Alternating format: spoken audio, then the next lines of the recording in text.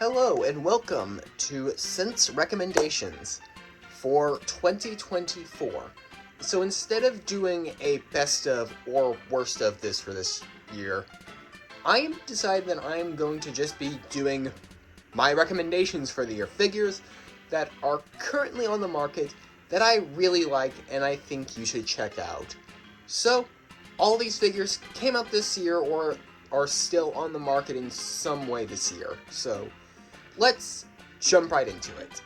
We will start off with the figures that are most readily available, that being the Studio Series A-level assortment. So, we've got Transformers 1, Optimus Prime, and the Transformers the Movie 86 Bumblebee. So, these are both excellent figures, and surprisingly, despite the size difference, they're both deluxe classes. But they both deliver in their own way. Optimus is very beefy, very solid in the hands. Bumblebee is very articulated, well-engineered, and just good to mess around with. Both I highly recommend. They're both fantastic figures and both great representations of what they're supposed to represent, even if Prime especially can be kind of fiddly at some steps. Overall, high recommendations for both of these, and they're both very easy to get as they are shipped in solid cases, and basically every major retailer in the US probably has a huge stockpile of these. Up next, we've got Transformers 1 Prime Changers B127, which in my opinion is the best of the 5 Prime Changers, and, well, he is very plentiful at the moment. But yes, great figure, simple, fun transformation, good articulation, even if he does have fake ankle tilts. Looks basically identical to how he does in the movie, even compared to the Studio Series one we're getting next year. Just, in general, all the Prime Changers I consider really, really good, but if you're gonna get any of them, I would definitely recommend B127, and I think for a while, he is probably going to be the best transforming representation of the character we're going to get. While we're on the topic of deluxe-ish kids line figures, let's take a look at Earthspark Aftermath. This is, once again taking off from our last entry, the best of the Earthspark Deluxes in my opinion. He is fantastic, a nice beefy deluxe with a pretty interesting transformation and a very cool aesthetic. This right here is the Takara version, but you can currently get the Hasbro version pretty readily off places like Amazon. In general, a very fun figure with 2 very cool looking modes, and an identity definitely of his own. Him or Jawbreaker, honestly, are both very good figures. So yeah, Earthspark Aftermath. Fantastic figure. Up next, we've got Legacy United Deluxe Class Optimus Prime. This is just the perfect desk toy right here.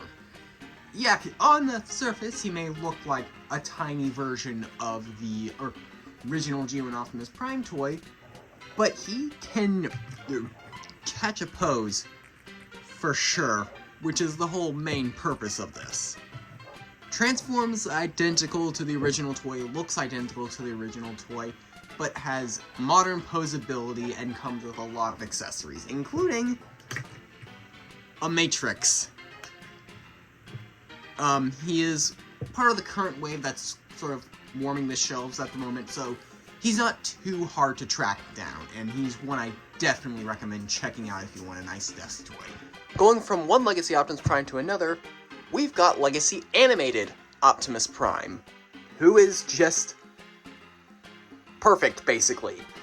Shares a lot in common with the original Deluxe Animated Optimus Prime, but sort of refined down to just an absolute joy to mess with. The axe is great, posability is great, spot-on representation of the character, and a very fun transformation.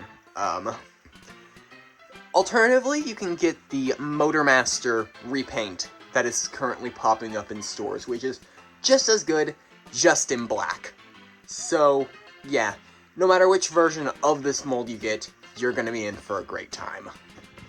Continuing with the Legacy Voyagers, we've got Cybertron Starscream, who is, once again, basically perfect. Transformation, just a more refined, streamlined version of the original toy. Robot mode, nice and slim, lots of articulation. Comes with a cyber key, which I think, yeah, I have it in the back. Has proper unfolding swords, which is very cool. Another good desk toy, I would say. His transformation is involved enough to be interesting, but simple enough to not be a hassle. Just in general, another very good Legacy Voyager. Hopping back over to Studio Series, we've got Bumblebee Movie Shockwave, who is, I'm gonna use it in, basically perfect. Kind of a scaled up version of the old core class, but far more streamlined, and also absolutely huge for a Voyager. He is a bit iffy when it comes to some points of articulation, but otherwise, if you want a good, solid Shockwave for your collection, you really can't go wrong with this guy. He's awesome, has an extending gun right here at the front, cool Prime-inspired alt mode, big, beefy robot mode, just a great Shockwave figure. And then rounding us off, we've got Gamer Edition War for Cybertron Ratchet. This is a figure I was very pleasantly surprised by. Surprisingly fun transformation, excellent to pose, some of the best weapon storage I have seen on a GE figure. Like I said, very fun, very involved transformation. Good looking robot mode, good looking alt mode, just an overall very well-rounded Voyager class that I very, very highly recommend you pick up. He's currently popping up on shelves right now if you want to track him down. He is well worth it. So, those are my main recommendations for this year. A little bit of everything in there. A little bit of Studio Series, a little bit of Transformers, a little bit of Legacy, and a little bit of Earthspark. So, like I said, I recommend all of these figures. They are currently decently easy to get on the market, and if you can track them down, they're all definitely worth checking out. So, I will see you guys next time. Bye!